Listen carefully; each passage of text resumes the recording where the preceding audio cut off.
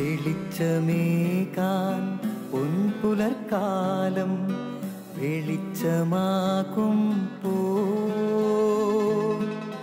നുറുങ്ങുവെട്ടം പക്ഷിപരാഗം തെളിച്ചു കാട്ടും പോ വരുന്നു ദൈവം മനസ്സിനുള്ളിൽ തിളക്കമേകിടാൻ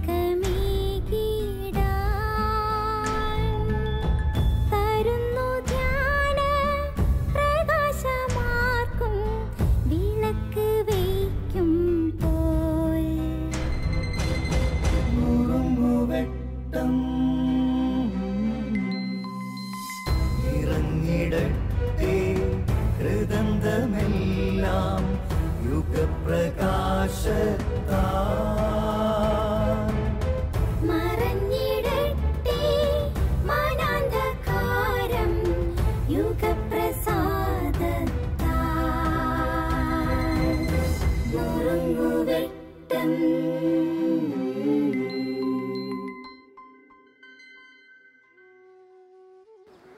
വർഷങ്ങൾക്ക് മുമ്പ് ലോകത്തെയും പ്രത്യേകിച്ച് അമേരിക്കയെയും നടുക്കിയ ഒരു മഹാദുരന്തം 2001 സെപ്റ്റംബർ 11 അവരുടെ പ്രധാന കച്ചവട കേന്ദ്രമായ വേൾഡ് ട്രേഡ് സെൻറ്ററും പെൻറ്റഗണും ഭീകരാക്രമണം മൂലം തകർക്കപ്പെടുകയും അനേകം ജീവൻ നഷ്ടപ്പെടുകയും ചെയ്ത ഒരു ചരിത്ര സംഭവം നമുക്കറിയാം. ഈ മഹാദുരന്തത്തിൽ അനേക ജീവിതങ്ങൾ നഷ്ടപ്പെട്ടപ്പോൾ തീർത്തും യാദൃച്ഛികമായി തങ്ങളുടെ ജീവൻ തിരിച്ചു കിട്ടിയ ചില മനുഷ്യരുണ്ട്. അവരവരുടെ അനുഭവങ്ങൾ പിന്നീട് പങ്കുവച്ചു. അതിലൊരാൾ പ്രഭാതത്തിൽ തൻ്റെ ജോലിക്കായിട്ട് ഇറങ്ങുന്നതിനിടയിൽ പതിവ് പോലെ വസ്ത്രം ധരിച്ച് പുറത്തേക്ക് കിടക്കുന്ന സമയത്ത് കുഞ്ഞിനെ എടുത്ത് സ്നേഹപൂർവ്വം ഒരു ഉമ്മ കൊടുത്ത് ഭാര്യയുടെ കയ്യിൽ തിരിച്ചേൽപ്പിക്കുന്നതിനിടയിൽ കുഞ്ഞ് പതിവ് തെറ്റിച്ച് അദ്ദേഹത്തിൻ്റെ വസ്ത്രത്തിൽ മൂത്രമൊഴിച്ചു. തൻ്റെ വസ്ത്രം മാറി മറ്റു വസ്ത്രം ധരിച്ച് ഓടിക്കതച്ച് റെയിൽവേ സ്റ്റേഷനിൽ എത്തുമ്പോഴേക്കും അദ്ദേഹത്തിന് തൻ്റെ ട്രെയിൻ നഷ്ടപ്പെട്ടു.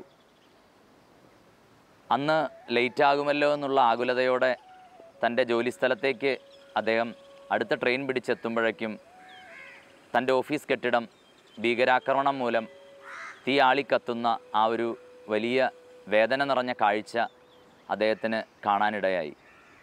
മറ്റൊരു മനുഷ്യൻ രാവിലെ തൻ്റെ ഓഫീസിലേക്ക് പോരുന്നതിനിടയിൽ എവിടെയോ കണ്ട വഴിയരികിൽ കണ്ട ഒരു ക്രൂശിത രൂപം ഒന്ന് ദേവാലയത്തിൽ കയറാനുള്ള ഒരു പ്രചോദനമായി മാറി.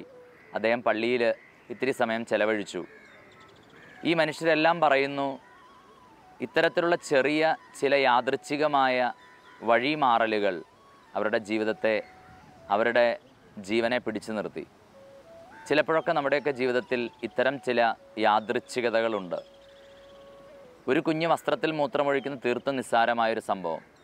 ഒരു ദേവാലയം കാണുമ്പോൾ പ്രാർത്ഥിക്കാൻ തോന്നുന്നതും തീർത്തും നിസ്സാരമാണ്.